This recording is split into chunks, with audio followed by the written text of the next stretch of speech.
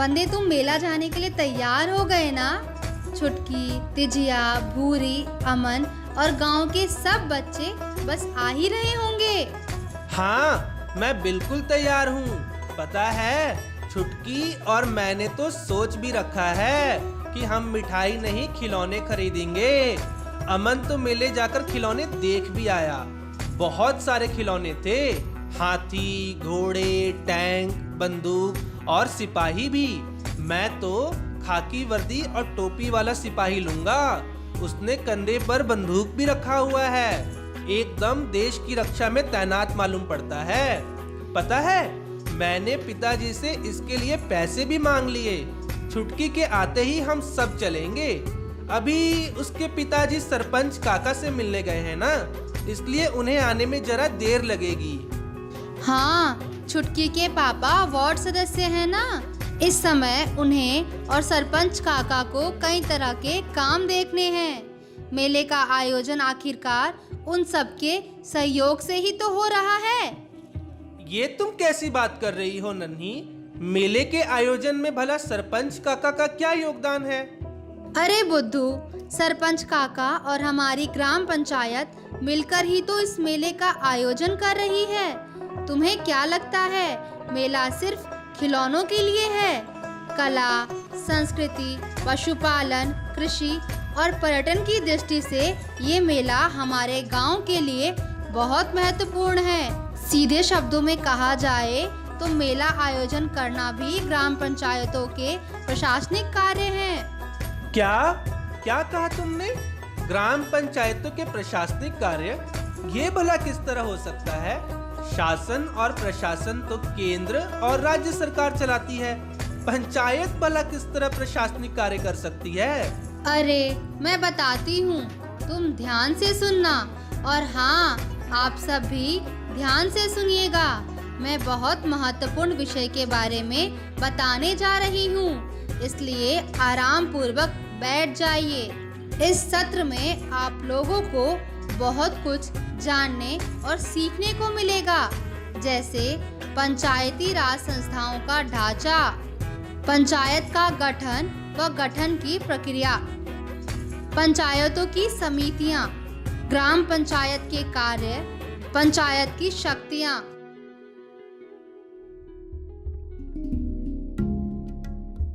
हाँ हाँ, नन्ही सब बताएगी, लेकिन उससे पहले एक बार जोर से ताली तो बजा दीजिए।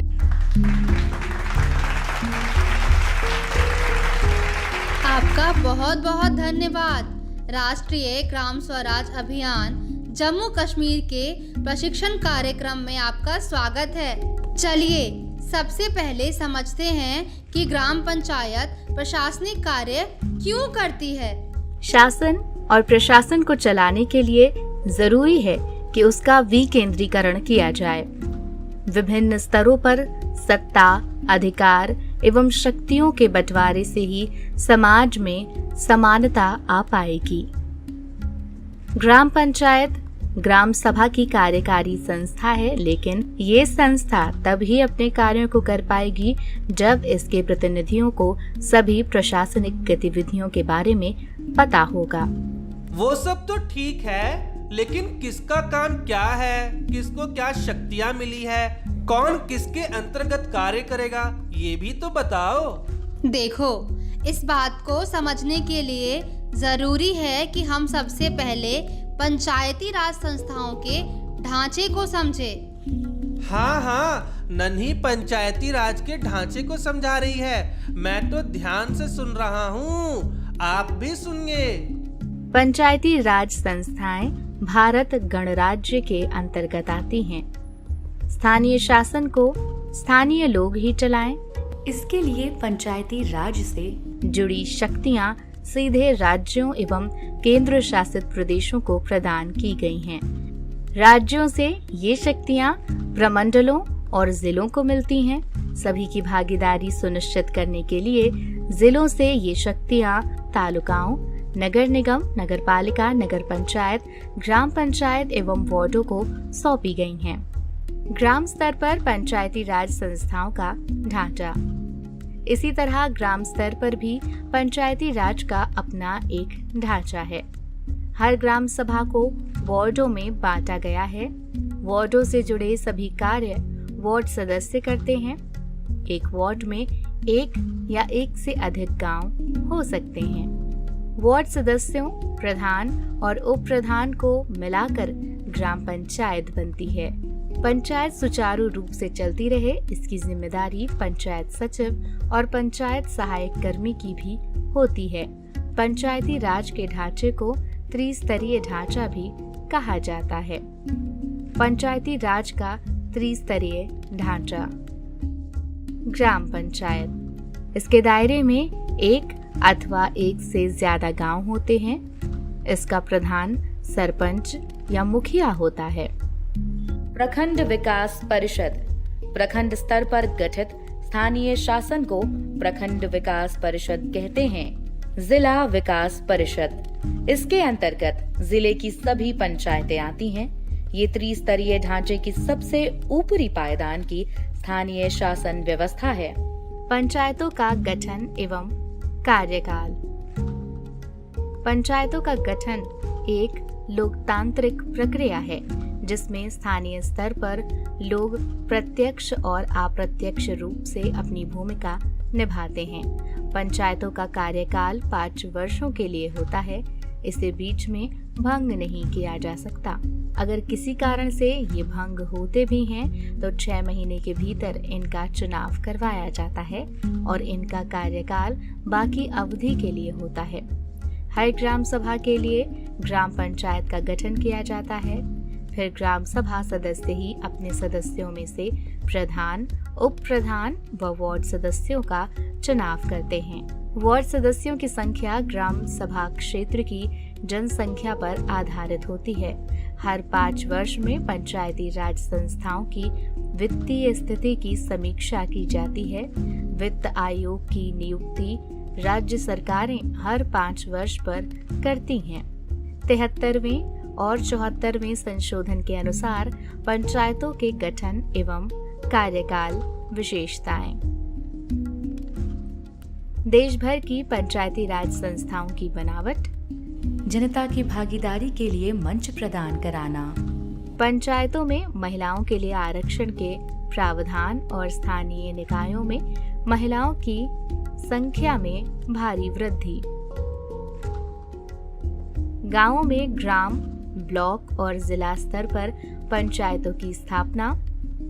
हर 5 वर्ष में पंचायत के लिए चुनाव अनिवार्य बनाना। राज्य चुनाव आयोग का गठन। पिछड़े वर्ग के लोगों के लिए आरक्षण का अधिकार। प्रत्येक 5 वर्ष पर राज्य वित्तीय आयोग का गठन। वाह, क्या बात है नन्ही, ये तो शासन की बहुत मजबूत व्यवस्था है। गांव की समस्या गांव के लोग ही जानते हैं।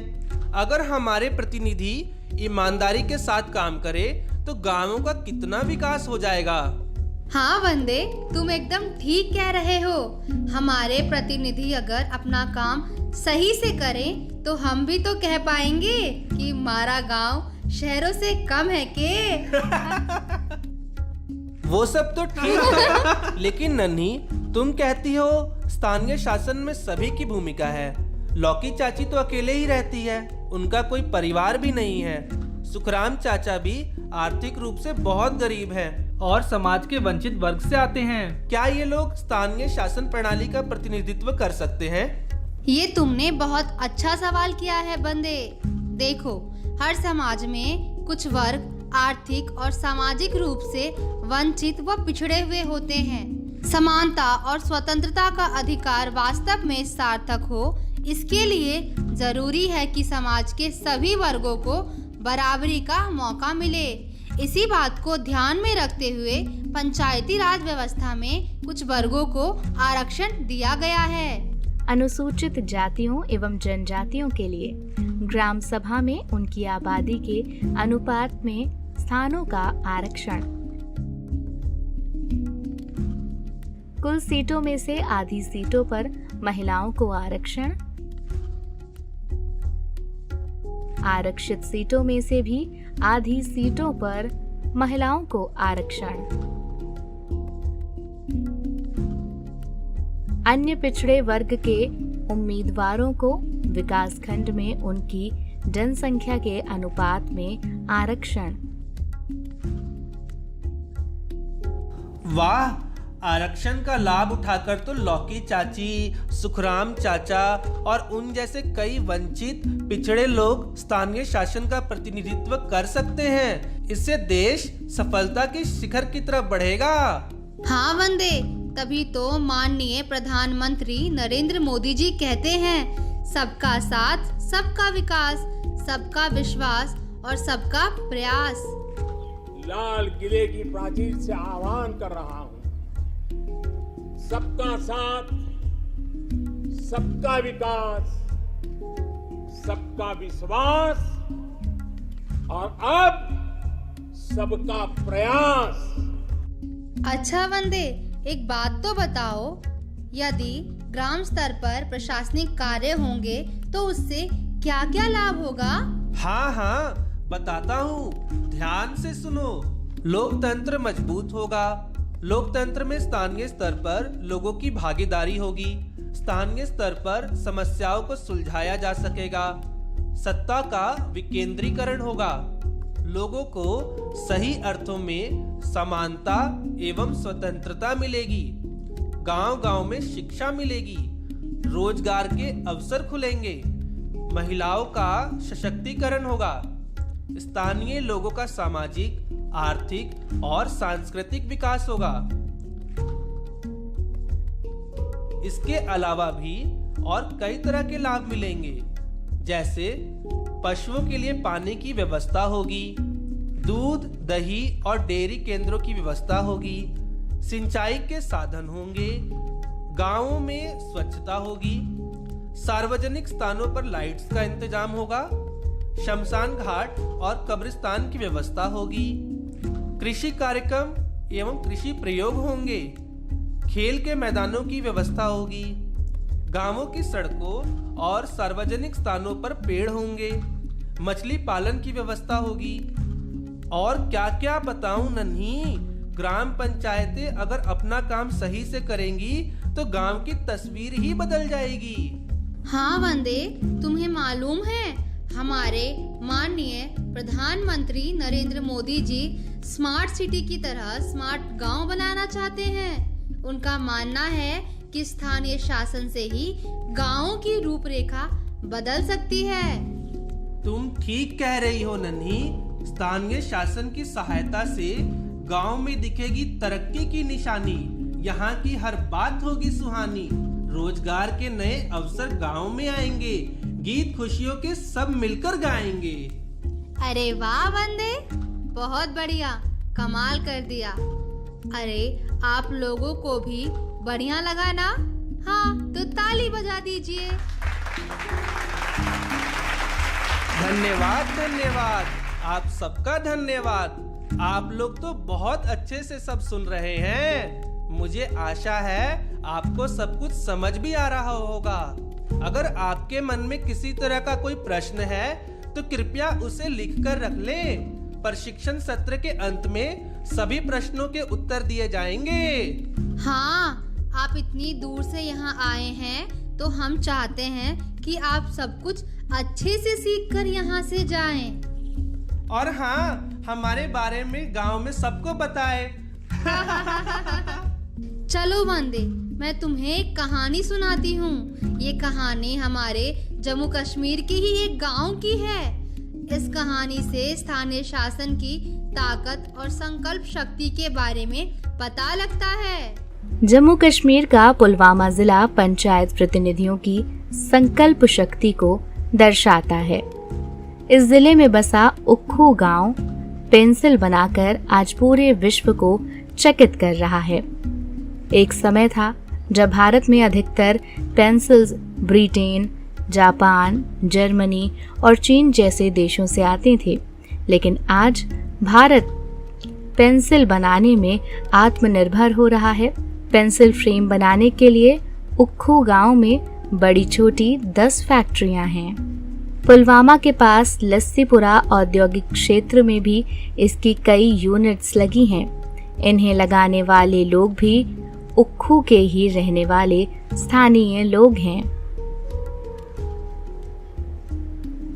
स्थानीय शासन के सहयोग से आज यहाँ 2000 से ज्यादा लोगों को रोजगार मिल रहा है।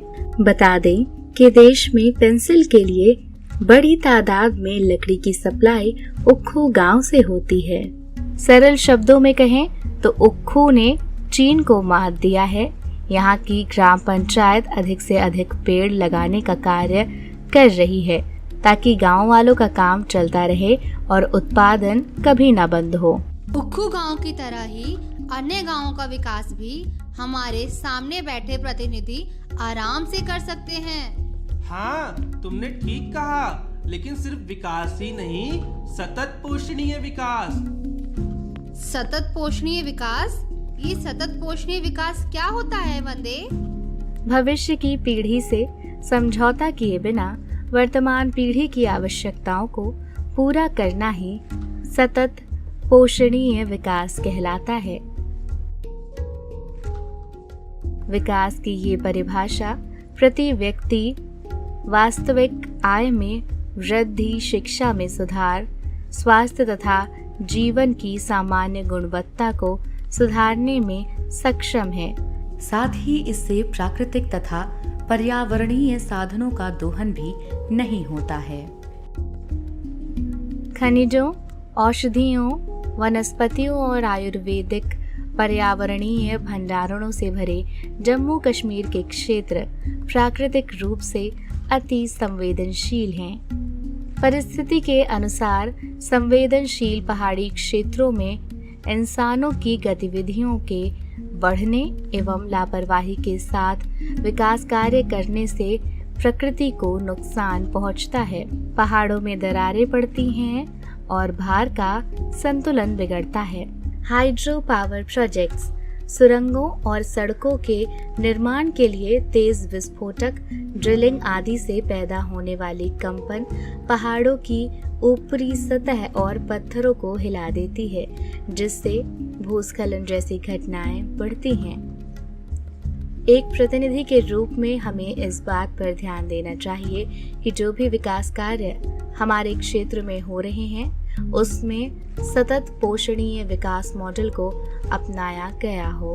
सतत पोषणीय विकास के उद्देश्य: ग्रामीणों के जीवन की गुणवत्ता में सुधार करना, पर्यावरण की रक्षा करना, भविष्य की पीढ़ी से समझौता किए बिना वर्तमान पीढ़ी की आवश्यकताओं को पूरा करना, आर्थिक और सामाजिक वृद्धि करना।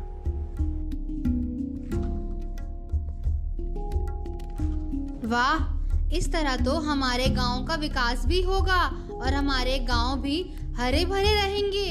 हाँ नन्ही, बिल्कुल सही। खैर, अब तुम ये बताओ, मेले के आयोजन के अलावा और किस तरह के प्रशासनिक कार्य हमारी पंचायत करती है? हाँ बाबा, बताती हूँ। बिना जाने तो तुम रहोगे नहीं, मालूम ही है मुझे, इसलिए अब ध्यान से सुनो। पंचायत के कार्य: डिस्पेंसरी और स्वास्थ्य केंद्र खोलना, नालियों की व्यवस्था एवं रखरखाव, सड़कों की व्यवस्था एवं रखरखाव, स्वच्छता का प्रबंध करना, सड़क के किनारे प्रकाश की व्यवस्था करना, प्राथमिक शिक्षा की व्यवस्था करना, लघु सिंचाई तथा कृषि योजनाओं का क्रियान्वयन, ग्रामीण विद्युतीकरण, गांवों को शहरों के साथ जोड़ने के लिए सड़क निर्माण, व्यावसायिक शिक्षा का प्रबंध, ग्रामीणों के लिए आवास की व्यवस्था, समाज के कमजोर वर्ग के लिए कार्य। इतने सारे कार्य हमारे ग्राम प्रधान की देखरेख में होते हैं। इस तरह तो उन्हें अपने लिए बिल्कुल समय ही नहीं मिलेगा। मैं तो ये सोच रहा हूँ कि अभी अगले महीने ग्राम प्रधान की बिटिया का ऑपरेशन है। भूरी काकी माँ को बता रही थी कि हो सकता है 15-18 दिन उन्हें शहर में ही रहना पड़े। हाँ, ये बात तो मैंने भी सुनी है अपनी माँ से। हाँ, तो जब ग्राम प्रधान गांव में रहेंगे ही नहीं तो इन सभी कार्य को करने के लिए आदेश कौन देगा? क्या गांव में किसी तरह के प्रशासनिक कार्य नहीं होंगे नन्ही? अरे मेरे प्यारे दोस्त वंदे, गांव में तो वैसे भी हम लोग मिलजुल कर सब काम संभाल लेते हैं। याद है पिछले महीने गुड़िया दीदी की शादी में कैसे पूरा गांव एकजुट हो गया था। किसी चीज का कोई अभाव ही नहीं हुआ था। सारी व्यवस्था हमने मिलकर ही संभाल ली थी। हाँ, मुझे याद है, लेकिन प्रशासनिक कार्य की शक्तियाँ सभी के पास थोड़ी होती है। अरे बाबा, पूरी बात सुन तो लो वंदे। स्थानीय शासन व्यवस्था में इस बात का ख्याल रखा गया है कि अगर किसी कारण से ग्राम प्रधान 15 या उससे अधिक दिन के लिए ग्राम से बाहर रहता है तो उसकी अनुपस्थिति में कार्यकारी और वैधानिक शक्तियां उप प्रधान के पास चली जाती हैं। अरे वाह, ये तो बहुत अच्छी बात है। हमारे तो उप प्रधान चाचा भी बहुत अच्छे हैं। याद है गांव में औषधि केंद्र उनके सुझाव पर ही खुला था। अरे वंदे, छुटकी और तुम्हारे सारे दोस्त पुलिया पर खड़े तुम्हारा इंतजार कर रहे हैं। जल्दी जाओ जल्दी, नहीं तो सारे खिलौने बिक जाएंगे। अरे सब लोग पुलिया पर चले गए। चलो नन्ही, जल्दी चलो, मेले से आकर आगे की बात करते हैं। मध्यांतर। इस भाग में आपने पंचायती राज की संरचना, गठन और उसकी प्रक्रिया समेत प्रशासनिक कार्यों के बारे में जाना। अगले सत्र में आप प्रधान, उप प्रधान व वार्ड सदस्यों के कार्यों के बारे में जानेंगे। आपसे आशा की जाती है कि आप प्रशिक्षण सत्र में रुचि के साथ भाग लें।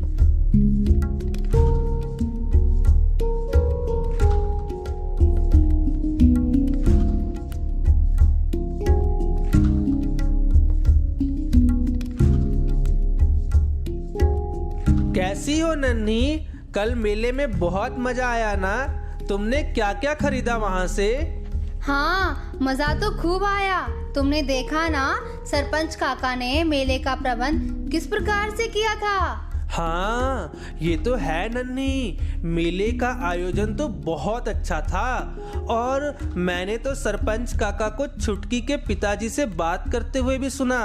वो कह रहे थे गांव में सड़कों के निर्माण पर ध्यान देना है।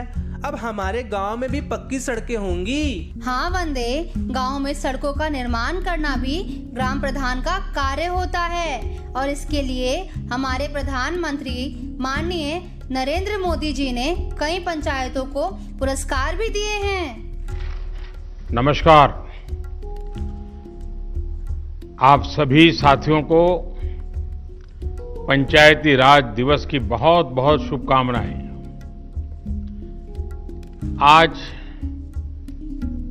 जिन जिन पंचों को और पंचायतों को सम्मानित किया गया है उनको भी मेरी तरफ से बहुत बहुत बधाई।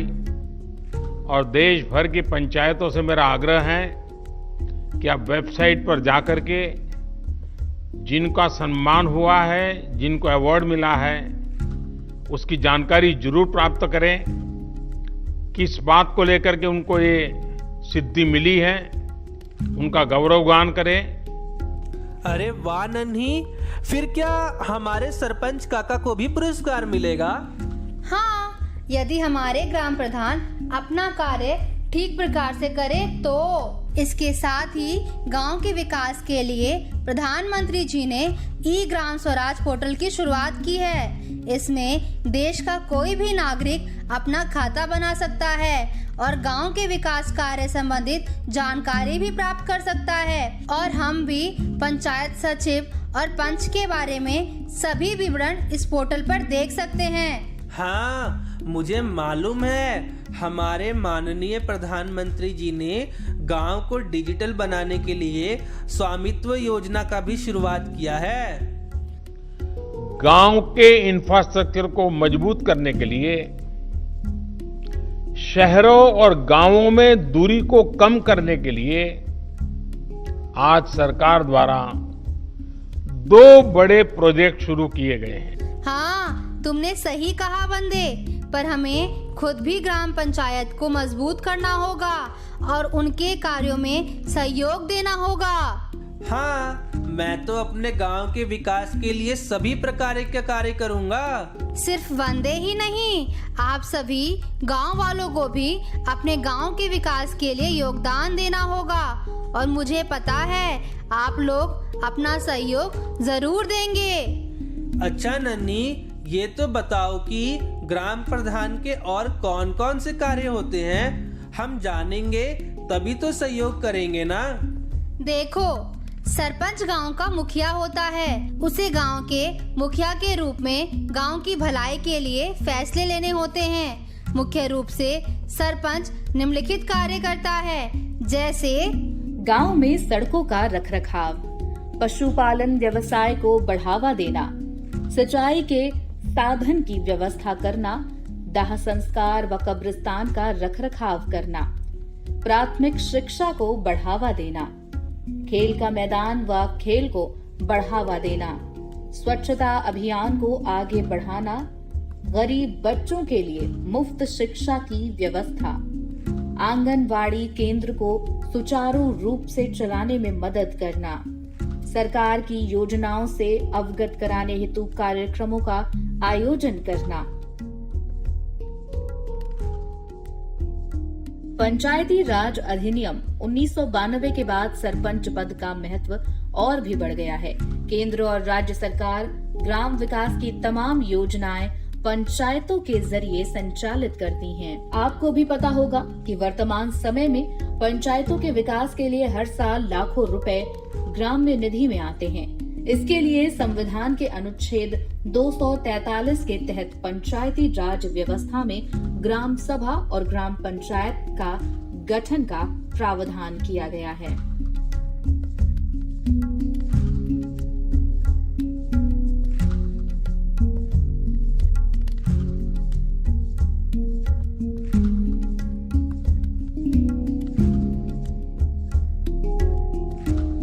अरे वाह नन्ही, यदि ग्राम प्रधान के कार्य सरपंच काका ईमानदारी से करेंगे तो हमारा गांव बहुत जल्दी विकास कर लेगा।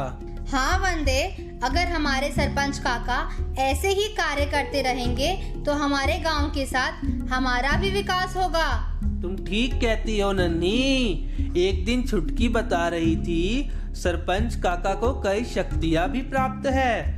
क्या तुम्हें मालूम है वो कौन सी शक्तियाँ हैं? हाँ, मालूम है। मुझे भी बताओ ना, सरपंच काका के पास कौन कौन सी शक्तियाँ हैं? बताती हूँ, पर उससे पहले ये जानना जरूरी है कि ग्राम प्रधान की भूमिका इतनी अहम क्यों है और इनका चुनाव किस प्रकार से होता है। भारत की पंचायती राज प्रणाली में गांव या छोटे कस्बे के स्तर पर ग्राम पंचायत या ग्राम सभा होती है, जो भारत के स्थानीय स्वशासन का प्रमुख अवयव है। सरपंच ग्राम सभा का चुना हुआ सर्वोच्च प्रतिनिधि होता है। ग्राम प्रधान का चुनाव ग्राम सभा सदस्यों द्वारा प्रत्यक्ष निर्वाचन प्रणाली द्वारा प्रधान का चुनाव किया जाता है। यदि पंचायत के सामान्य चुनाव में प्रधान का चुनाव नहीं हो पाता है तथा पंचायत के लिए 2/3 से कम सदस्य ही चुने जाते हैं, उस दिशा में सरकार एक प्रशासनिक समिति बनाएगी जिसकी सदस्यता संख्या सरकार तय करेगी। इसके साथ ही सरकार एक प्रशासक भी नियुक्त कर सकती है। इतना ही नहीं, पंचायत चुनाव से पहले राज्य निर्वाचन आयोग गांव की जनसंख्या के अनुपात और रोस्टर व्यवस्था के आधार पर SC, ST, OBC के लिए सीट निर्धारित करती है। अधिकांश राज्यों में महिलाओं के लिए पंचायती राज अधिनियम में सीटें आरक्षित होती हैं।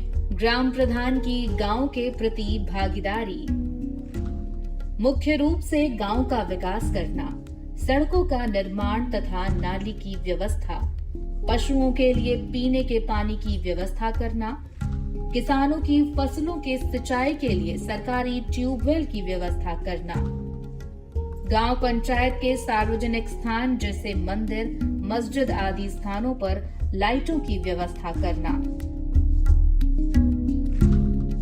इतना ही नहीं बल्कि ग्राम प्रधान को गांव के प्रति कार्यभारी भी होना पड़ता है। इसके अलावा भी ग्राम प्रधान के अन्य मुख्य कार्य हैं, जैसे ग्राम सभा की बैठक बुलाना और इन बैठकों की अध्यक्षता करना। ग्राम पंचायत की बैठक आयोजित करने का उत्तरदायित्व होगा और इसकी बैठकों की अध्यक्षता करेगा। ग्राम पंचायत के रिकॉर्डों के संधारण रखरखाव करवाने का उत्तरदायित्व होगा। ग्राम प्रधान धर्मासन का गठन करेगा। सरकार द्वारा चलाई जा रही विभिन्न योजनाओं की जानकारी ग्राम को उपलब्ध करवाएगा। पंचायत के आय व्यय का मासिक सत्यापन, ग्राम सचिव सहायक की दैनिक हाजिरी को सत्यापित करना, नियमों के अधीन रहते हुए ग्राम सभा के सदस्यों को पंचायत रिकॉर्ड की प्रतियां उपलब्ध करवाना तथा रिकॉर्ड का निरीक्षण करवाना, केंद्र तथा राज्य सरकार की विभिन्न योजनाओं के तहत सौंपे गए कार्यों का निष्पादन करना, ग्राम पंचायत के वित्तीय और कार्यकारी प्रशासन के लिए उत्तरदायी होगा। एक प्रक्रिया होती है, उसके लिए मैं सोच रहा हूँ नन्ही, क्या मेरे पिताजी भी चुनाव लड़ सकते हैं? क्या मैं लड़ सकता हूँ चुनाव? मुझे भी शक्तियाँ प्राप्त करनी है, फिर मैं भी गांव के विकास के लिए कार्य करूँगा। नहीं वंदे, तुम चुनाव नहीं लड़ सकते।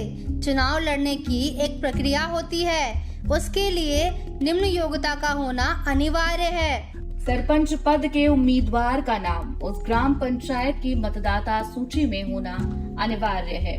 उसकी उम्र 21 साल से कम नहीं होनी चाहिए।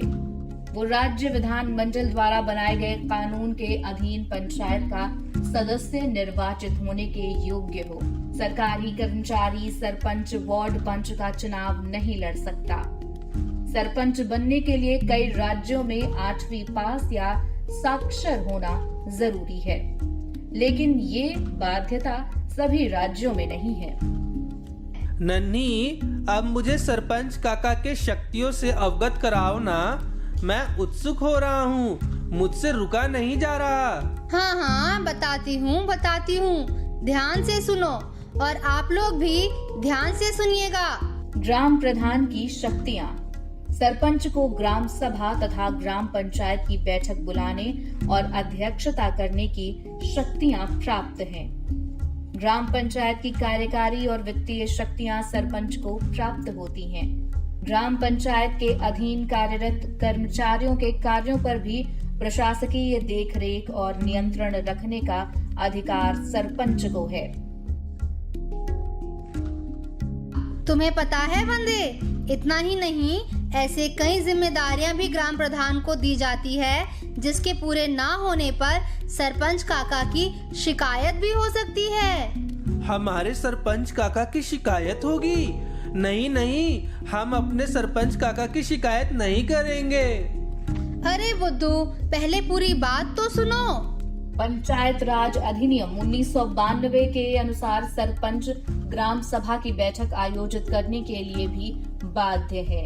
यदि वो ऐसा नहीं करता है तो ग्राम सभा द्वारा इसकी शिकायत उच्च अधिकारियों से की जा सकती है। बैठकें आयोजित करना सरपंच का अनिवार्य दायित्व है। सरपंच को चाहिए कि गांव में सर्वांगीण विकास के लिए कई कदम उठाएं। अच्छा, पर हमारे सरपंच काका तो सभी जिम्मेदारियां पूर्ण रूप से निभाते हैं, जैसे ग्राम सरपंच की जिम्मेदारियां। गांव का मुखिया होने के नाते सरपंच ग्राम सभा की बैठकों की भी अध्यक्षता करता है। प्रतिवर्ष ग्राम सभा की कम से कम 4 बैठकें आयोजित करना सरपंच का अनिवार्य दायित्व है। सरपंच को चाहिए कि गांव में सर्वांगीण विकास के लिए कई कदम उठाएं।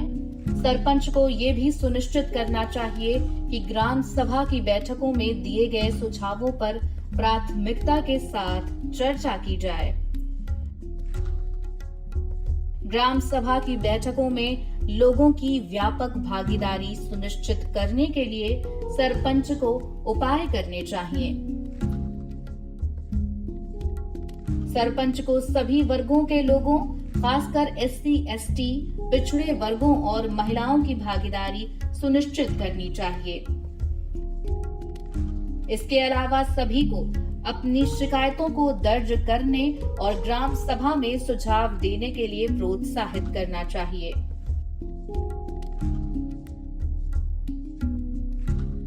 तुम्हें याद है वंदे, अभी कुछ दिनों पहले ही सरपंच काका ने सरकार की सभी योजनाओं से अवगत कराने के लिए एक अहम बैठक बुलवाई थी।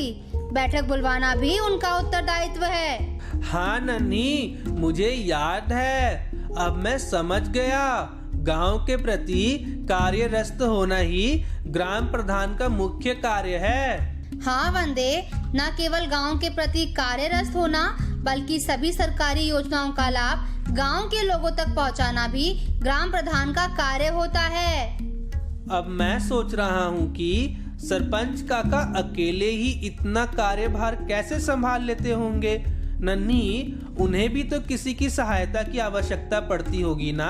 हाँ बिल्कुल ठीक। सरपंच काका को भी सहायता की आवश्यकता पड़ती है, इसलिए कई सदस्यों को मिलाकर समिति का गठन किया जाता है। समिति का गठन? इसमें तो कई सदस्य शामिल होते होंगे ना नन्ही? अच्छा नन्ही, ये तो बताओ कि ग्राम पंचायत में सदस्य कैसे निर्वाचित होते हैं? पंचायत सदस्य का निर्वाचन उनके क्षेत्र की जनसंख्या के अनुसार होता है। जैसे हमारे देश में लगभग 2,50,000 ग्राम पंचायतें हैं, जिनके तहत करीब 6 लाख गांव आते हैं। इन ग्रामीण इलाकों में पंचायत चुनाव कराकर स्थानीय शासन स्थापित करने की व्यवस्था है। ग्राम पंचायत जनसंख्या के आधार पर बनाई जाती है। इन ग्राम पंचायत के लिए प्रत्येक राज्य में अलग अलग जनसंख्या तय की गई है। 500 तक की जनसंख्या पर 5 सदस्य, 501 से 1000 तक की जनसंख्या पर 7 सदस्य, 1001 से 2000 तक की जनसंख्या पर 9 सदस्य, 2001 से 3000 तक की जनसंख्या पर 11 सदस्य, 3001 से 5000 तक की जनसंख्या पर 13 सदस्य, 5000 से अधिक की जनसंख्या पर 15 सदस्य। त्रिस्तरीय पंचायत व्यवस्था की पहली इकाई ग्राम पंचायत में एक प्रधान व कुछ सदस्य होते हैं। ग्राम पंचायत के सदस्यों की संख्या पंचायत क्षेत्र की आबादी के अनुसार होती है।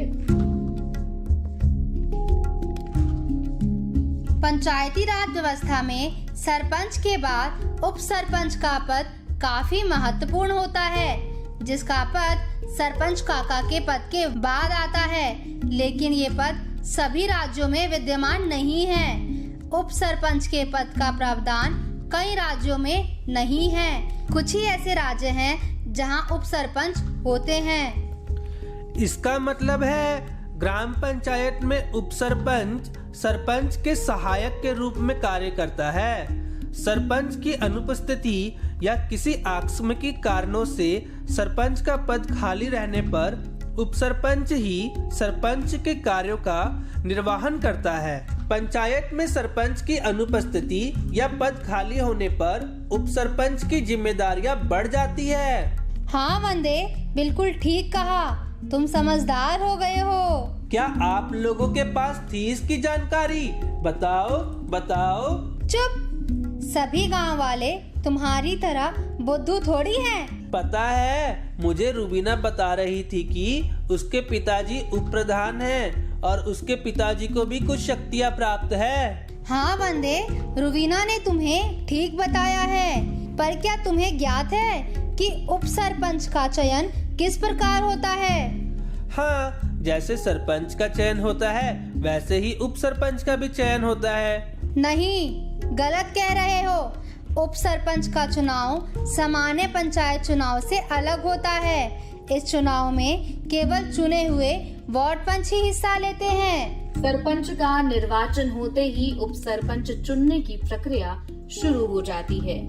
ये चुनाव भी राज्य चुनाव आयोग द्वारा नियुक्त पीठासीन अधिकारी द्वारा संपन्न कराए जाते हैं। इसके लिए पीठासीन अधिकारी सरपंच के निर्वाचन के 15 दिनों के बाद उप सरपंच का चुनाव करा सकता है। उप सरपंच चुनने के लिए भी आरक्षण का नियम रहता है। उप सरपंच के लिए आरक्षण की व्यवस्था सरपंच के आरक्षण व्यवस्था पर निर्भर करती है। यदि ग्राम पंचायत में अनारक्षित वर्ग का सरपंच है तो पंचायत में उप सरपंच का पद आरक्षित वर्ग से होगा। इसमें अनुसूचित जाति, अनुसूचित जनजाति या पिछड़ा वर्ग में से कोई भी हो सकता है।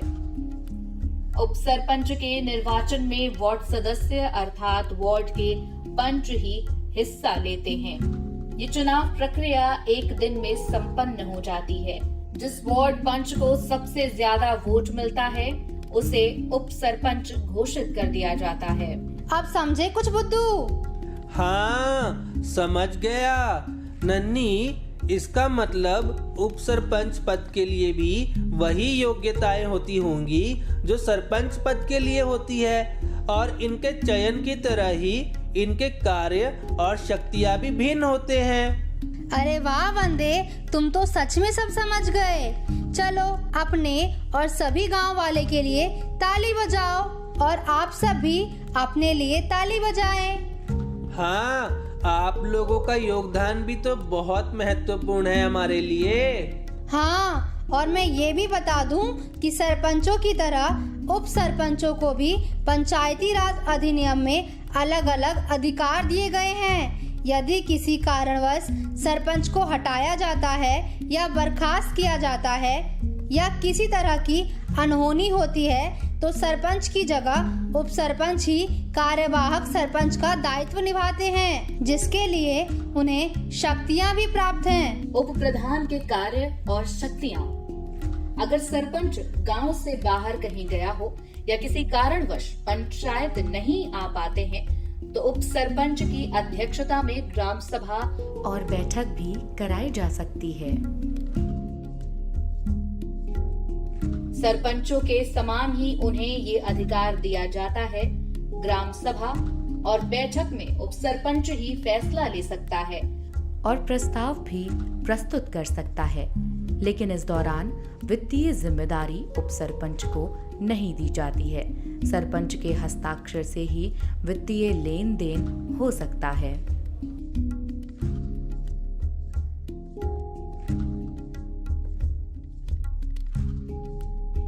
उप सरपंच को विभिन्न समितियों में कई पद दिए जाते हैं, जिससे ग्राम पंचायतों में हो रहे कार्यों की सही तरह से निगरानी की जा सके।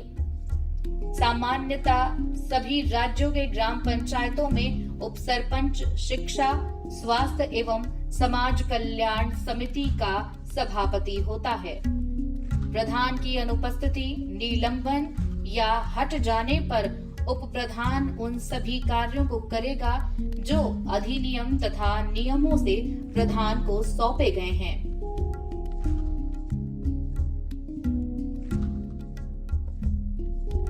उप प्रधान अधिनियम नियमों के द्वारा अंतर्गत गठित विभिन्न समितियों की अध्यक्षता करेगा। ठीक इसी प्रकार सभी क्षेत्रों को जोड़ने के लिए वार्ड मेंबर को नियुक्त किया जाता है। Ward member?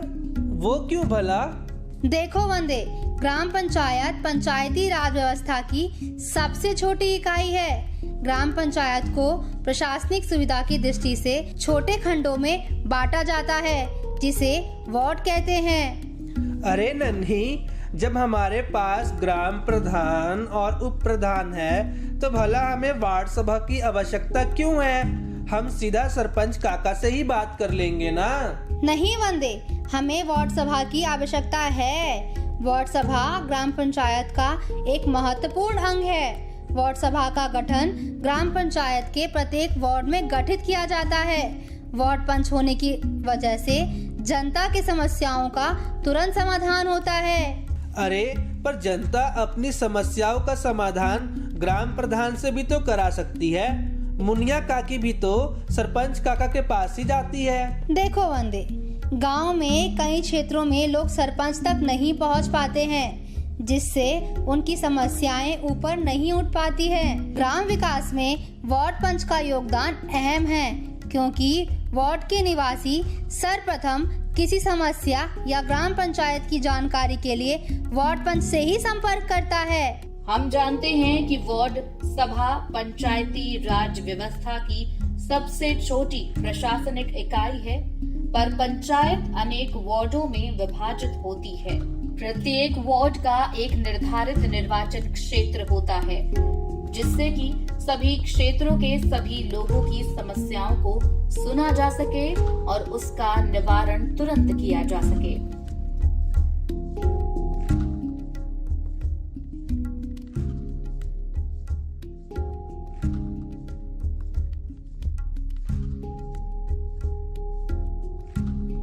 अच्छा, तो क्या इसका चुनाव ग्राम प्रधान द्वारा किया जाता है?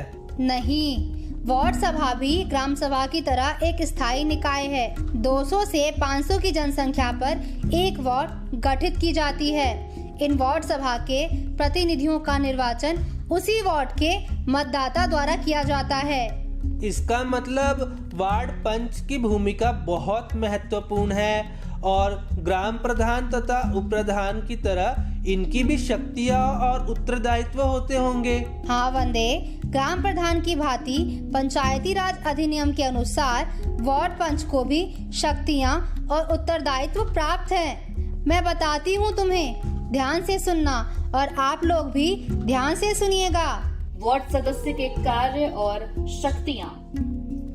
वार्ड के अंतर्गत विकास कार्यों का प्रस्ताव तैयार कर ग्राम सभा के समक्ष रखना।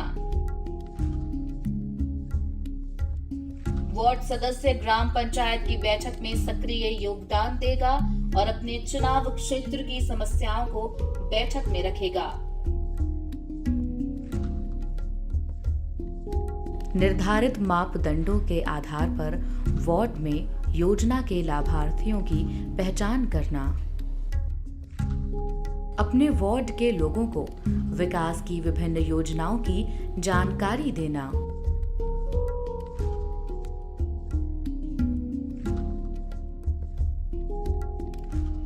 पेंशन और अनुदान पाने जैसी विभिन्न सरकारी कल्याण योजनाओं का लाभ पाने वाले व्यक्तियों की पात्रता का सत्यापन करना।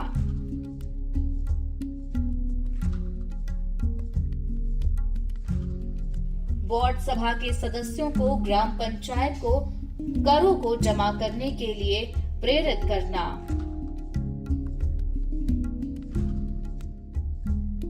ग्राम पंचायत की योजनाएं जैसे स्ट्रीट लाइटों, पानी के नल, सार्वजनिक शौचालय और अन्य जन उपयोगी योजनाओं के लिए स्थान सुझाना।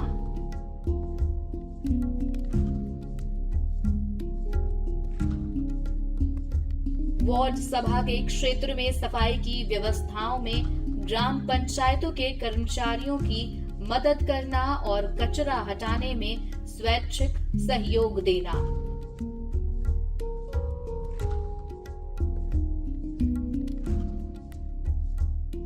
वार्ड में साक्षरता कार्यक्रमों को बढ़ावा देना।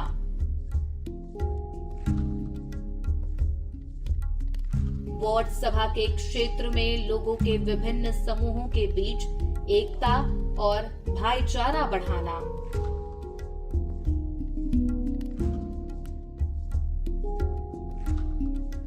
तो समझ गए ना बंदे, ग्राम प्रधान के, उप प्रधान के तथा वार्ड सभा की आवश्यकता क्यों है? हाँ, मैं सब समझ गया नन्ही।